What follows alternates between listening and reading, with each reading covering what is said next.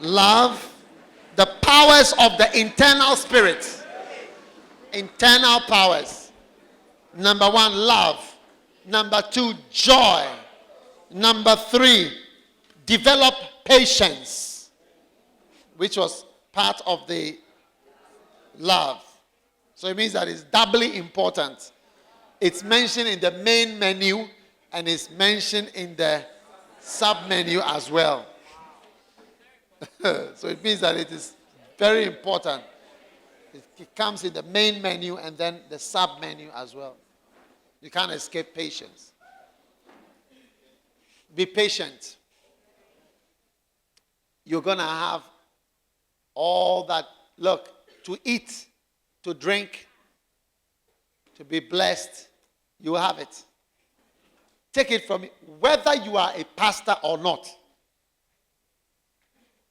And which lighthouse pastor have you seen in full-time ministry who is begging?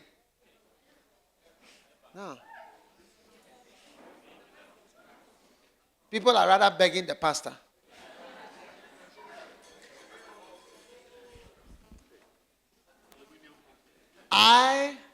Who brought the aluminum pan here?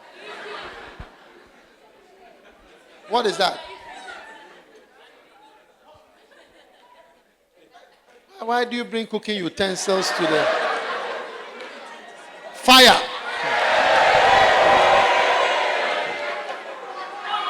Oh, but why are you running away from them?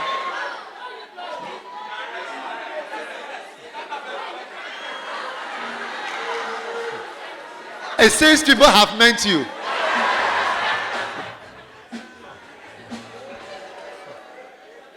Okay.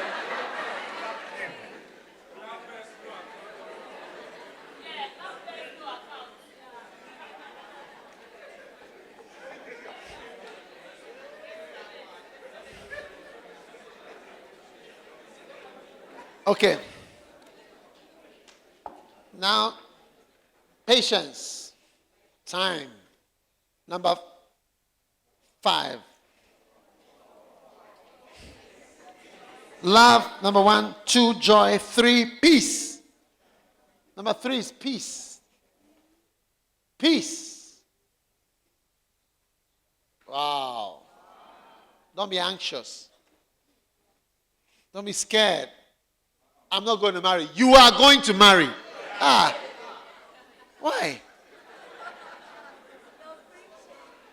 You are going to marry. Why? Huh? You're married. Don't worry. God will provide. Okay? Okay? Yeah. Relax.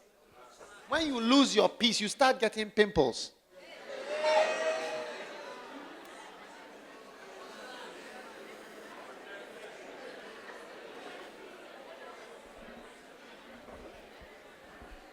Relax. Number 4, patience. Number 5, kindness is in the main menu again and the sub menu. Kindness is in the main menu. Patience is in the main menu. Number 6, goodness.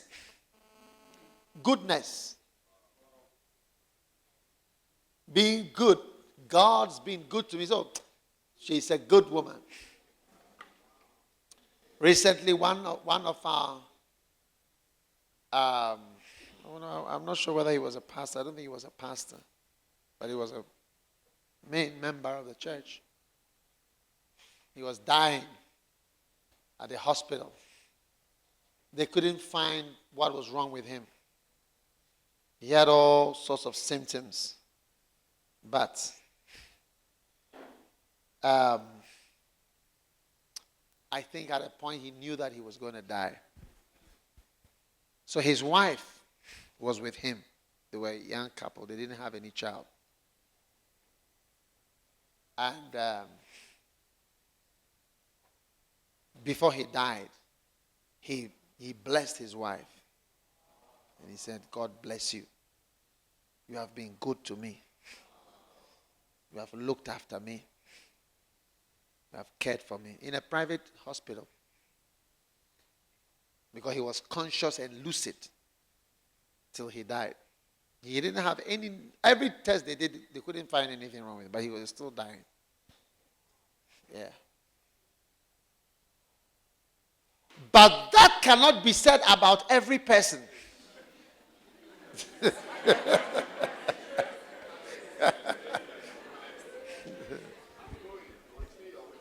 Yes.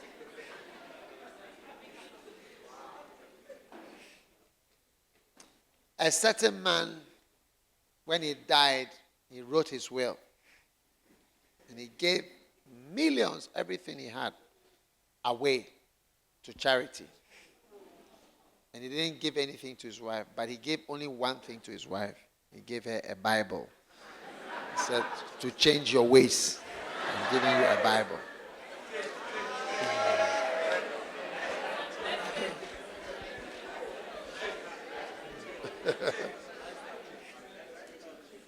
Yeah, I learned it in medical school. Yes. I learned it in medical school. That's when I was told that story. They were talking about lucid moments when a person is writing a will. And different kinds of will that people write. So that the person was not lucid. He would not write that will. And explained that he wrote it, he was thinking clearly. She's a very, very wicked woman. I've given everything away, but I'm giving her a Bible so that she will change her ways. So when I speak about goodness, you have to be in the house to see it. And some people are not good. Hey.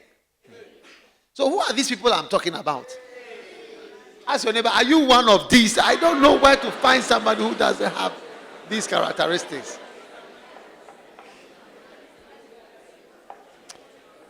Number 7, faithfulness. Faithfulness. Faithfulness is not in talking. There are some people, they will never change. I mean, when they are loyal to you, they will never change. And over the years, I have seen that I've met people like that. I know people that I believe that no matter what will happen to me, they will be faithful to me. Yeah. That's how they are. It's almost like a character the person has. Like, I won't change my mind about you. Once I've plugged in, that's it. Yeah. But there are people with speeches. They'll stand up and give speeches and explain, look.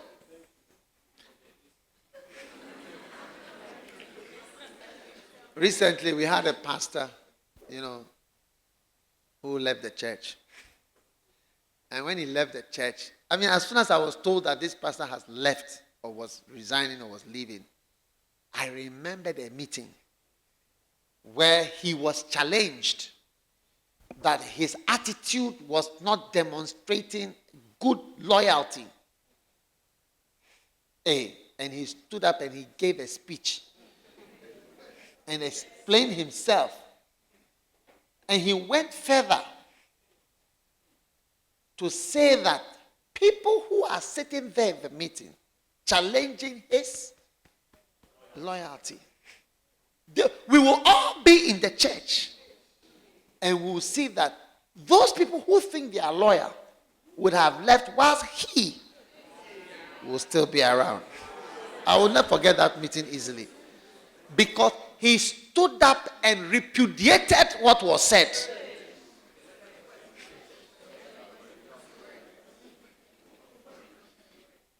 You can check your words are finished and I'm giving you a new word.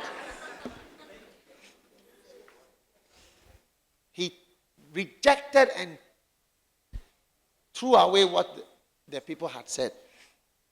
When I heard that he had left, I was amazed and I remembered him. Another guy, he got up and he gave birth to a son. One of our pastors. And he named the son after me. Yeah. And then he said, we were at a meeting and he was describing his loyalty and his faithfulness. And he stood up and he said, look, when I'm going out, my children, when I'm going out for the church and I'm doing the work, my children will be asking, Daddy, why? Daddy, why are you going? Daddy, where are you going? Daddy, don't go. Daddy, don't go. Daddy, stay. I remember his speech. And one day, this guy who gave the speech and who named his son after me, Dag, he called his child Dag. He came to see me. The officer, he wants to see me. I said, no problem. I'm always available. Anybody who wants to see me, once you know the way, you can come and see me. When he came, I thank God for my life. I said, I also thank God for my life. I also thank God for my life. He thanks God for the church, and I also thank God for the church. And he said, well, he wants to start a church. So I said, that is wonderful. Then I asked, which church? I mean, I thought he was going to start a branch.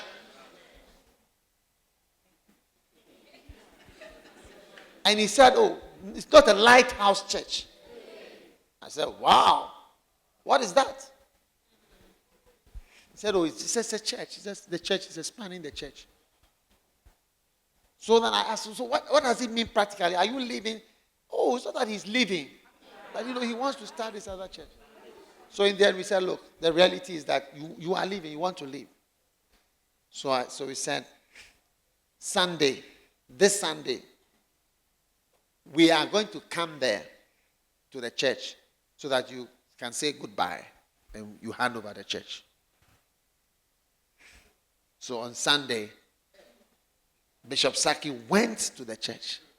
The pastor who named his child after me and the pastor who said, Daddy, don't go. He's so committed that his children are always crying when he's going out to do the work of God. And his children are always crying, Daddy, don't go. Daddy, don't go. And he would tell his child, I gotta go. I gotta go.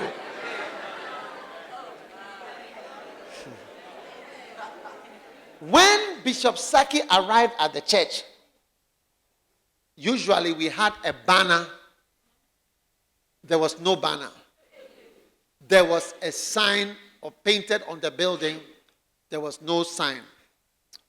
At that time, we didn't even have banners. We had signs. Like it was painted. So he asked, where is the church? Where's our church?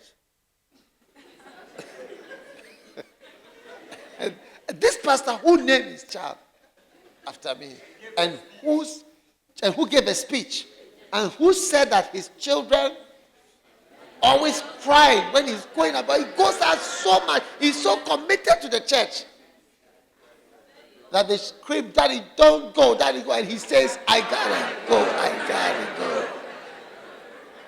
This pastor, when he was asked, where is the church? He said, today we are having a joint service. I said, what joint service? He said, Lighthouse and the church that he is starting are having a joint service. A joint service? What do you mean by a joint service? I thought you are now going to start a church and you are having a joint service. Wow. And I remembered his speech. Daddy, don't go. No. I gotta go. I gotta go. Another pastor who also stood up at a meeting. That's why I say faithfulness is not speeches. You see that this person, when the person is committed to you, that's it. The best I can describe would be this Israeli woman who was caught, Shula the spy. She never spoke. They removed all her teeth. They removed all her teeth. They did everything. Removed all her nails, all her teeth. They have special torture. They put your head in a this thing and squeeze the head.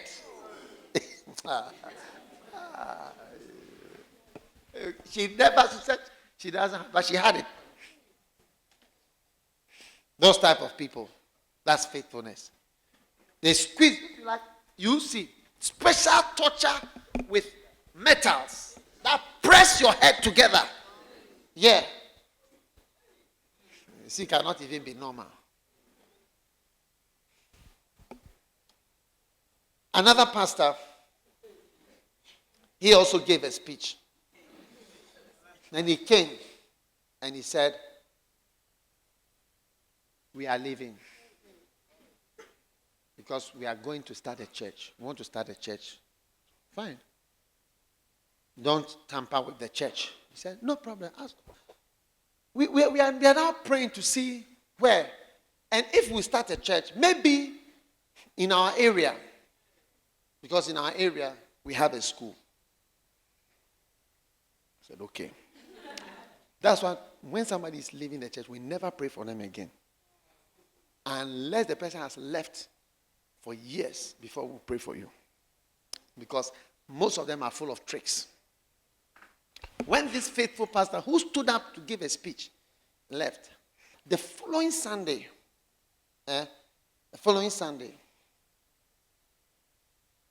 he entered a new church with ribbons and banners that he has built. The very next Sunday. Not knowing that Asamoah, he was building a place somewhere as a plan. Yeah. And I remembered again this man's speech. That's why I say that faithfulness. He said, I will promise you, your God will be my God, your this will be my God. Don't talk too much. Just in your heart, pray that this particular quality of somebody who is locked in, it's like death is what will part us. Death is what will make us say goodbye. That is the way your mind must be. Yeah. That whatever is with you and whatever commitment is with you is like, that is it. You can't come up with a story later. Yeah. And most of us have stories that come up and say, oh yeah, that's what I said. But, you see, things have changed. That's where faithfulness comes in. Faithfulness is not important when you are signing your marriage. You wait and see. All of you girls who look all cute and pretty, now we can see your shape. That from here is this way. This side is sideways. This side is bigger and it's changing. A time will come when there will be no shape anymore. It will be straight. You become like the canned cook. That's when we see faithfulness. You become like canned cook.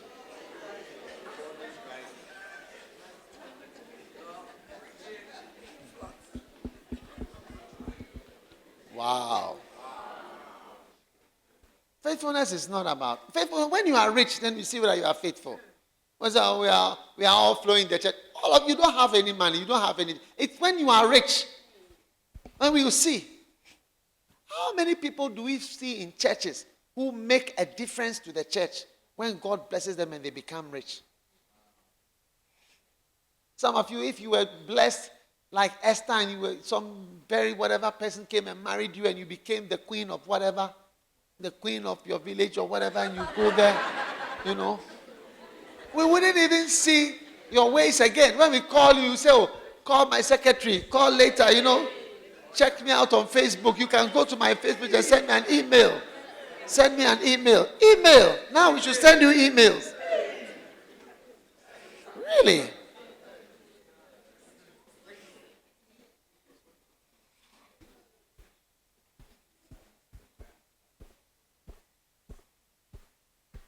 As soon as some small prosperity, that's why we see faith. Faithfulness is not for good times. So. Faithfulness is for variation in times. Yeah. You see, some of you don't know that you are pastors. I have seen that you are a pastor. So I'm going to appoint you as a pastor. Some of you are going to become pastor. When you see that, you now know how to preach because you are well trained in the house. Because you are being trained how to preach, how to do this, how to do everything in the church is how to do it. How to do miracles. Everything we do it and we practice it for you to see. Now you've learned how it is done. And before you realize, a sudden change.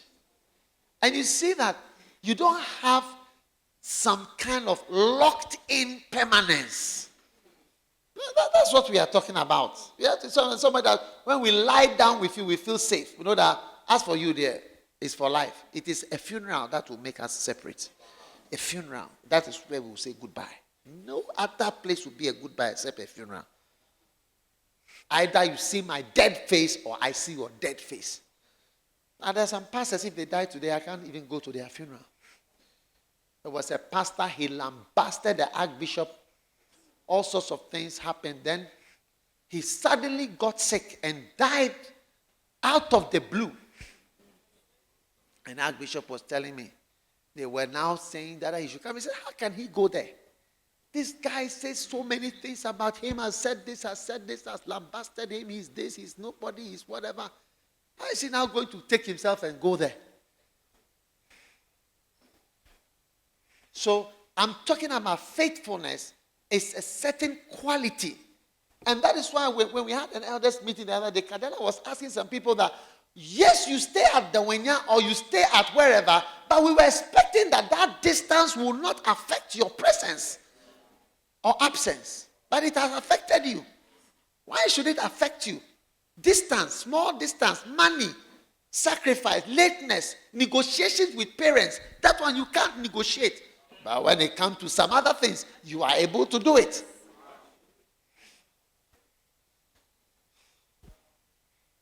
One doctor that I know was doing abortions in his clinic. And he was doing abortions for our Lighthouse campus sisters. As they were coming for the abortion, I was saying, look at these people. They know where they can do abortions. They know where to go and scrape the womb. They know how to do it. They know where to do it. They know where to pay. And they know everything. Practically. But when it comes to do this or do this, it's as if their mind becomes foggy.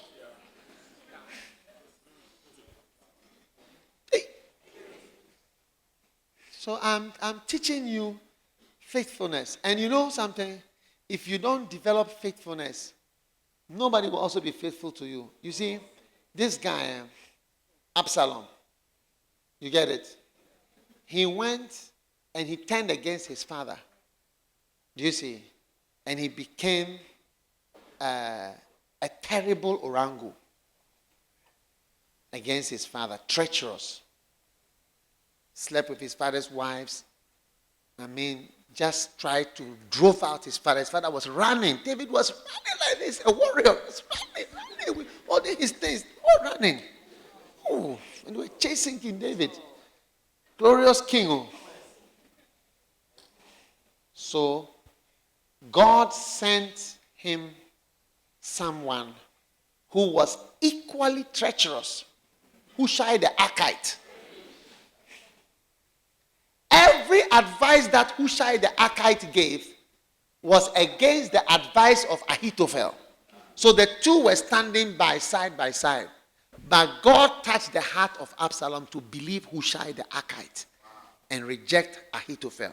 So now Absalom has received a liar and a treacherous man who was a deceiver and a pretender.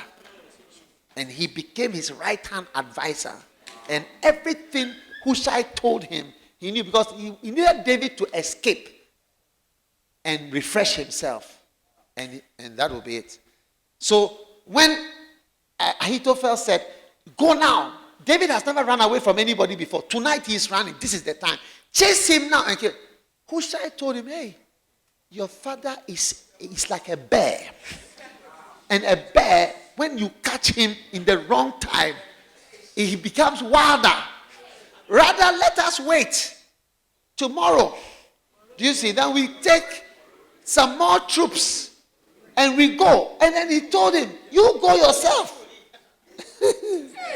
Is it? And God had given him an orangupa, a real liar, as his right hand man, because he was also a wicked man and a treacherous dealer as a son to the king. So God has given him those swerving things, has made him reap 100-fold. So as you've made yourself a swervo and a swerver of people, a day cometh when you shall reap treachery, and you see that God will give you a harvest. As you were standing by the side of somebody being treacherous, and you see that you also now have a treacherous person with you, and you will now experience what it is like. Yeah. So watch out. Watch yourself carefully. So faithfulness. You know, some of you, we are here. We love you. We spend time with you. We talk with you. Next minute, we'll never see you again. Even bye-bye. You see somebody. Look, a pastor told me, he was the head of Assemblies of God. He told me I had only 2 children, my son and my daughter. He said, one day I went out for dinner with Mama. When we came in, there was an answer machine. Those days we have answer machines as answer phone. And when he pressed the answer machine, he said, "Hello, Daddy. Just to inform you, I got married today at whatever." He said, "What?" The pastor's daughter. She has swerved him. Yeah. She swerved him. Not even hello or bye-bye. And she just went with some boy, an unbeliever, married him and sent a text, a message that, as you are unceremoniously living, expect unceremonious departures from your life. Because you have shown that you don't have a spirit of faithfulness. So expect it. Yeah. You stay with somebody, you are not grateful. You see it like something, pepper, as it is flowing. Many things we don't remember where it came from. That's why sometimes when I'm experiencing some bad things, I just say, Lord, I deserve it. Yeah. Sometimes when I'm experiencing bad things, I just say, Lord, I deserve all this. I deserve it. Because maybe I've sown some seed I'm reaping. Yeah. Faithfulness. As for you, we can count on you. How many of you can we say that we count on you? We count on you for tomorrow. We count on you for the day after.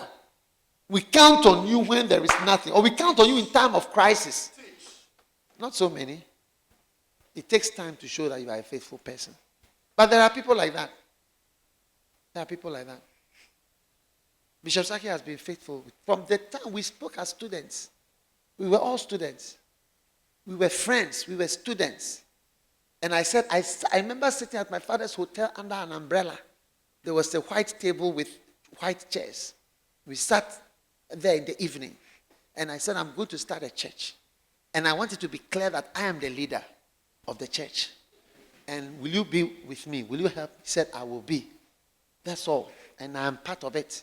And then I spoke to Bishop Eddie. I took him to Sankara Circle. At that time it was a runabout. And there was a big gutter there. We sat on the gutter.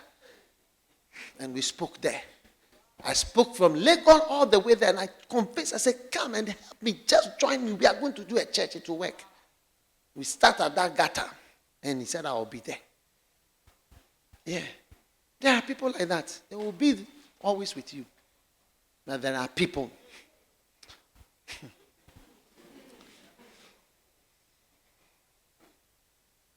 One of Benny Hinn's assistants, he worked with him for 18 years. Recently, he just decided to leave. He didn't even send a text. He just changed his numbers and didn't come again. Never appear. You see him on television all the time with him. He just left suddenly with even a text of I'm going or bye-bye or thank you or something. Just suddenly disappeared from the scene. This is how people are.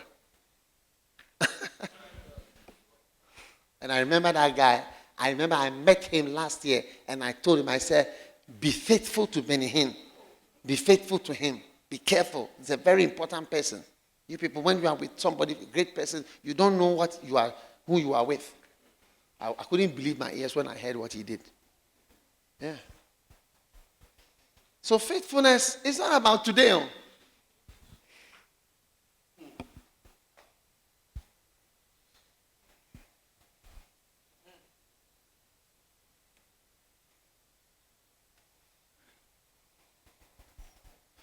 One pastor was saying, when he got divorced, and he was saying, some of his church members, the crisis that they have been through, the problems that they have seen in their life, he has been with them. He has never turned away from them. Some of them have been to prison. He has visited them in prison, different crises.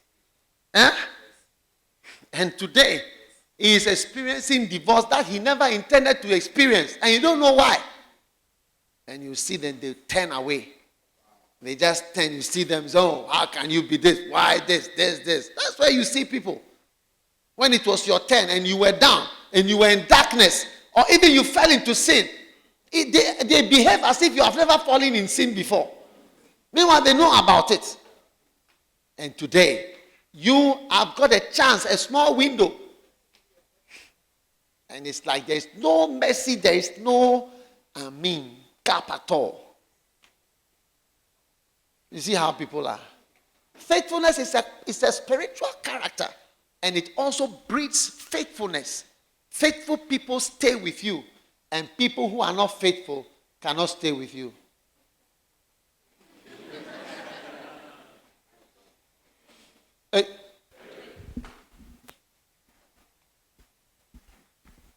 Are you listening to me? Are you listening to me? Yeah. Faithfulness means permanence. You see, you are not faithful unless your parting point is death. Yeah. We part at death. I say bye to you when I'm dying or I'm dead. That's how to say bye-bye. Why should I, even all my friends from school, I don't see why I should not be friends with them again. All my friends, my roommates, and especially if my roommates or my friends are in my church, I must be closer to them. I must be. Friends that I was in school with, they are my best friends. People that are my mates, they have believed in me, supported me all these years. They are my main people. I will never go away from them. But you see, some of you don't know the value of old friends and friendships, and all people are better than new people. All people are better than new people. And some of you, because of your sharp swerving, whatever, you forsake the old. So you see a person in the church who you should be like those. But a fresh sister coming from Elizabeth say Hall, when she walks into with some moving the hips to the left and the right, the faithful ones that are there who you rather go for an unknown character. You've seen thighs and hips. You eat them and you see what it is like. And the faithful one that you know very well, that one, you don't know those ones because you don't value faithfulness. Somebody was asking me, how do I employ people? I can tell you quite easily. You see, to employ somebody or for somebody to work for you, the characteristic that person loves you. I told a millionaire, I said, I said, yeah, for me. And I'm also very successful in my work. I'm also successful in if my church was a business, it's a successful business. Yeah. And that love is faithfulness. It endures, bears all things, this. It's always, it never fails. You never fail. You never fail. You never leave you. Never change. Never fail. That's how you see it. It's not about money. Some people, they like you when you give them something. If you don't give them something, then the mouth has twisted like this in broken eggs.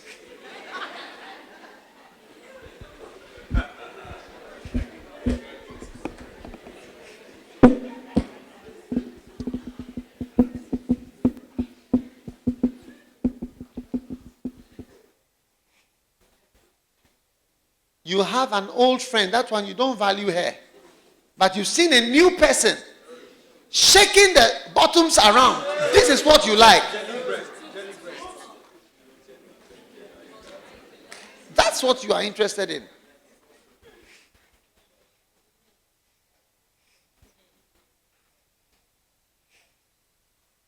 My best people in my life are the oldest, longest.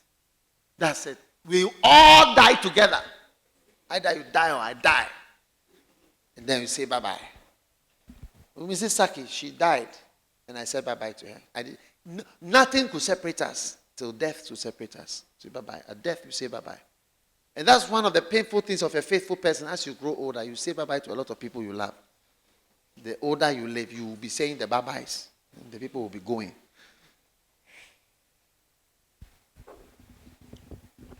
So friends, faithfulness is a quality. It's not by speeches. And always remember the people who are giving speeches. So there are people, I say, they are stubborn. Their faithfulness is a form of stubbornness. Yeah. You see, faithfulness is a form of stubbornness. But it's a good type of stubbornness. It's like my relationship with Archbishop. There is nothing. There is nothing about him that you can tell me that has any impact on me. It will even make me dislike you. Yeah. It will even make me dislike if you say something negative. You can't easily come and say something even. Yeah. And you see, I like it because when I first became a Christian and I received the Holy Spirit, I was speaking to and I didn't know left from right. He had also started a church wearing white shoes with some few members, and he laid his hands on me and prayed for me. Why should I forget about that? Why should I quarrel with him? When he brought international guests, Oral Roberts, Jerry Savelle, Michael Bassett, different people to Ghana, I was there. In his church in the corridor. Why should I now wake up and I've grown wings? Or now I am what? I don't think so. I am sharing with you faithfulness. It's an important spiritual characteristic. And today I am blessed with people that are faithful. Look, when I sleep, I am not worried. What is my pastor in New Zealand doing? What is my pastor in Australia doing? What about my pastor in London? Honestly, my mind doesn't even go to that. My mind doesn't even go to that. I'm blessed. I'm blessed. I'm resting. Because I believe that they are faithful. I trust them. So if you have faithful people, it's a strength, internal. Just like a snake, you see it quietly there, but the power that is in it is inside the mouth. I can kill all of you now. It's inside. It's called faithfulness, love, joy, peace, gentleness, patience, goodness. It's internal power.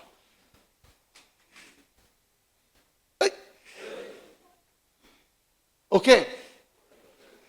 Where are we?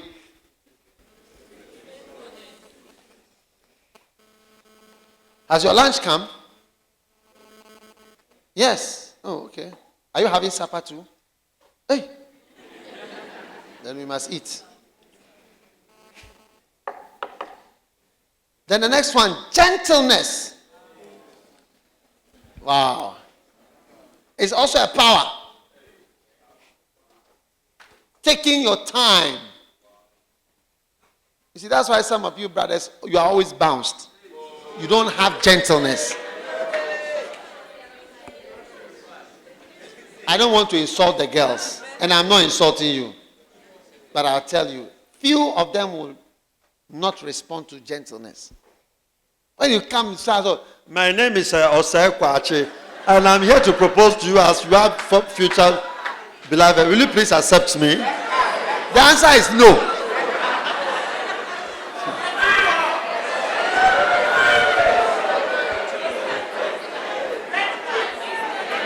The answer is no.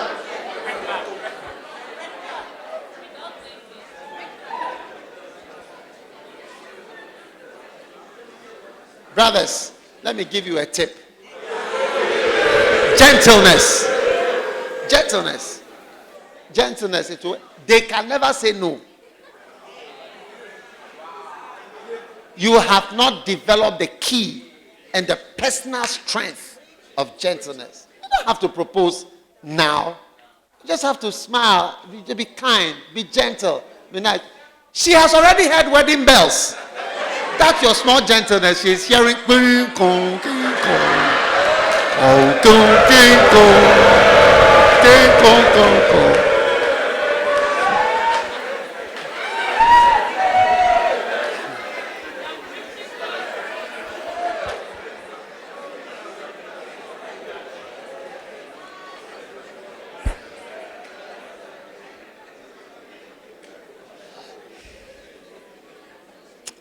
And the last one, self-control.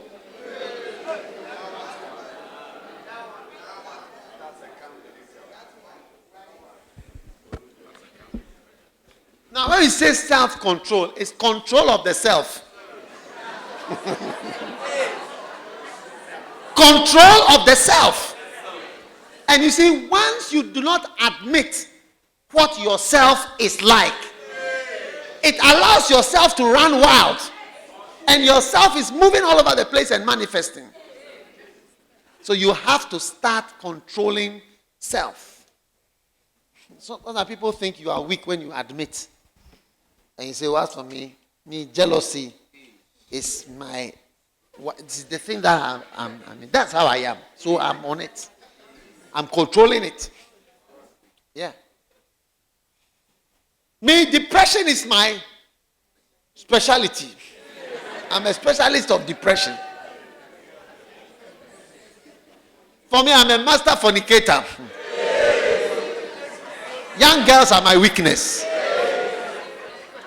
And you have to develop, you see, how to control the self. But a lot of people don't deny that yourself. And that's what will make you poo-poo on yourself. When yourself is saying, I need to, and you say, it's not the case. It's not happening, but it's happening. Wow. Have you poo-pooed on yourself before? What was the cause?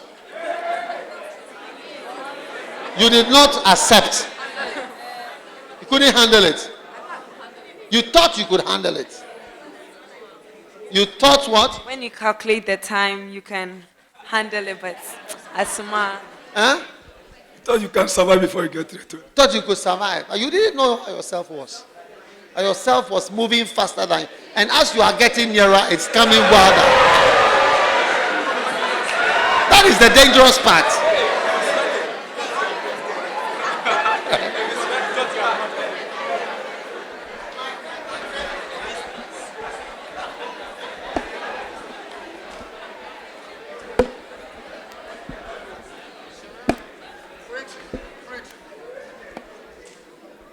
Self-control. So when you have all these inner powers, you are like a snake. Yeah.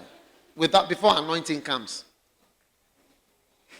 Before the anointing comes to pour on this man of self-control, of goodness, of faithfulness, patience, and joy, love, meekness, kindness. Yeah. Do you understand? So that's what God is working on you. And as a little child, as a young person, this is all that you're supposed to learn. These are the qualities. That's why I want you to wake up early in the morning and learn how to pray. Like Priscilla was telling us the other day. Get up early. Pray. They see that qualities are developing. Good qualities. That's why I talk about cooking. You are going to marry expecting something. And you have nothing to give.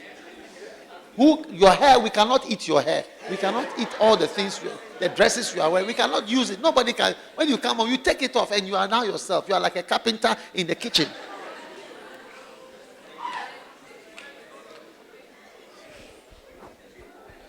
Okay. How many keys have I given you about how to be as wise as a serpent? How to be as wise as a serpent? 1.